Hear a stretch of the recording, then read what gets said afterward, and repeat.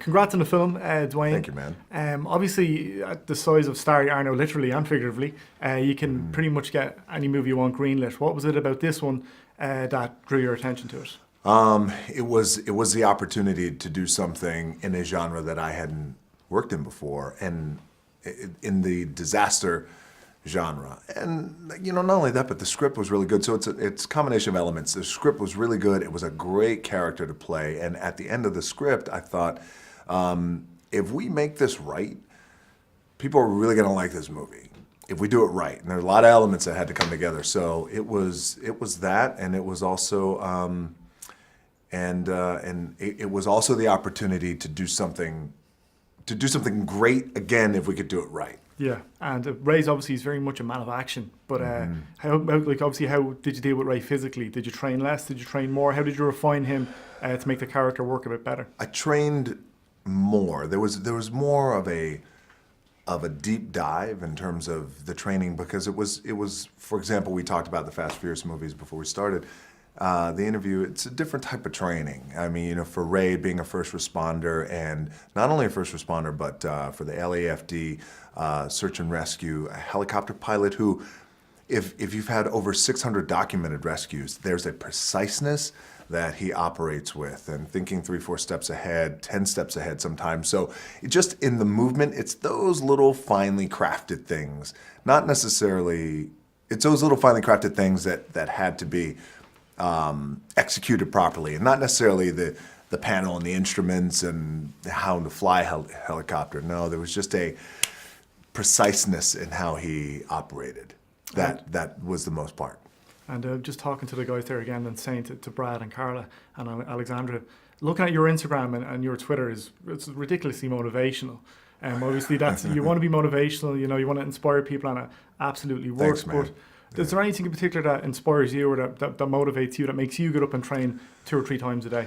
Yeah, it's just the opportunity. It's trying to create an opportunity, because for me, opportunities for me used to be like little cracks in a wall. And I used to work so hard. I just want to get inside that little crack, and I would do anything and scratch, claw to get in there. Now the cracks are like windows and like really open, but I still approach every opportunity as if they're little cracks. And so it's one of those things where if you know what it's like to work hard, if you know what it's like to, I didn't grow up rich like a lot of us. I'm sure you didn't either. So, when we grow up like that, then I want to keep that in the forefront of my mind. And keeping that in the forefront of my mind allows me, I think, number one, to be motivated, and number two, then share that motivation on Instagram. I mean, some of the shit is just absurd. Like, I'm in my hotel room talking to my cardio machine, talking to people on Instagram. I can just say, it gets us a lot of hits, so thank you for anytime we put anything up. And did you see this guy a couple of weeks ago who tried to do your diet for the day? I saw that. God bless him. Yes, bless him. I think it was in New York. No, It didn't last long before he was throwing up. That was great, and I appreciate that so much. So anyway, yeah, I always have a blast.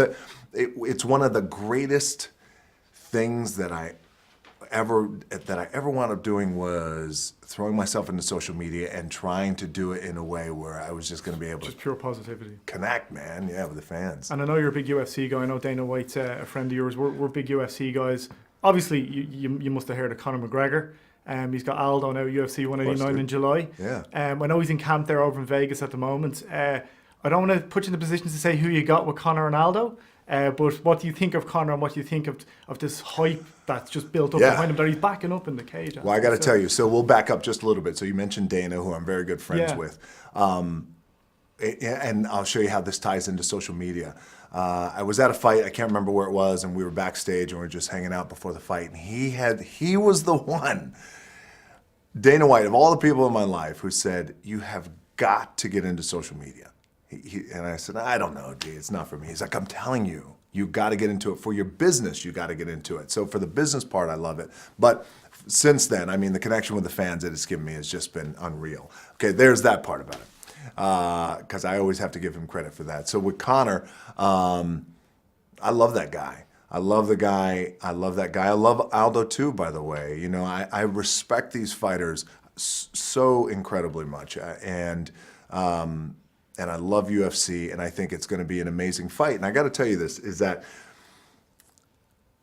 that, look, everyone has a punching chance, right? And Conor ain't no joke. I mean, he's a bad dude, and Aldo is a bad dude. So you're going to have two bad dudes, basically, who are going to go at it.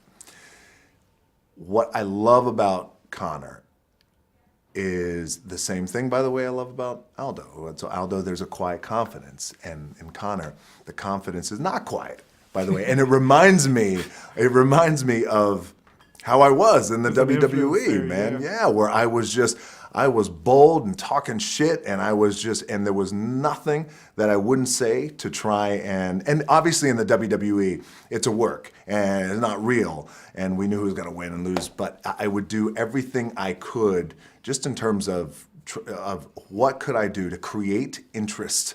And Conor's a smart guy like that. He creates great interest, but it's not, by the way, bullshit. I mean, he backs it up. Yes, he backs it up. That's what I'm saying. So I think the fight is going to be incredible. And it's always, look, in the fight game, I'm a fan of boxing. I'm a fan of the UFC. And when someone has a mental edge, and at times I feel like I have seen, we've all seen that, by the way, like Conor get under Aldo's skin, it becomes an edge. It becomes an edge, man. Yeah. Plus, he looks good in a vest. Conor does. He's biting my style, or I'm biting his. I think. Dwayne, thank you so much for your time. Awesome to see you. Thank you, man.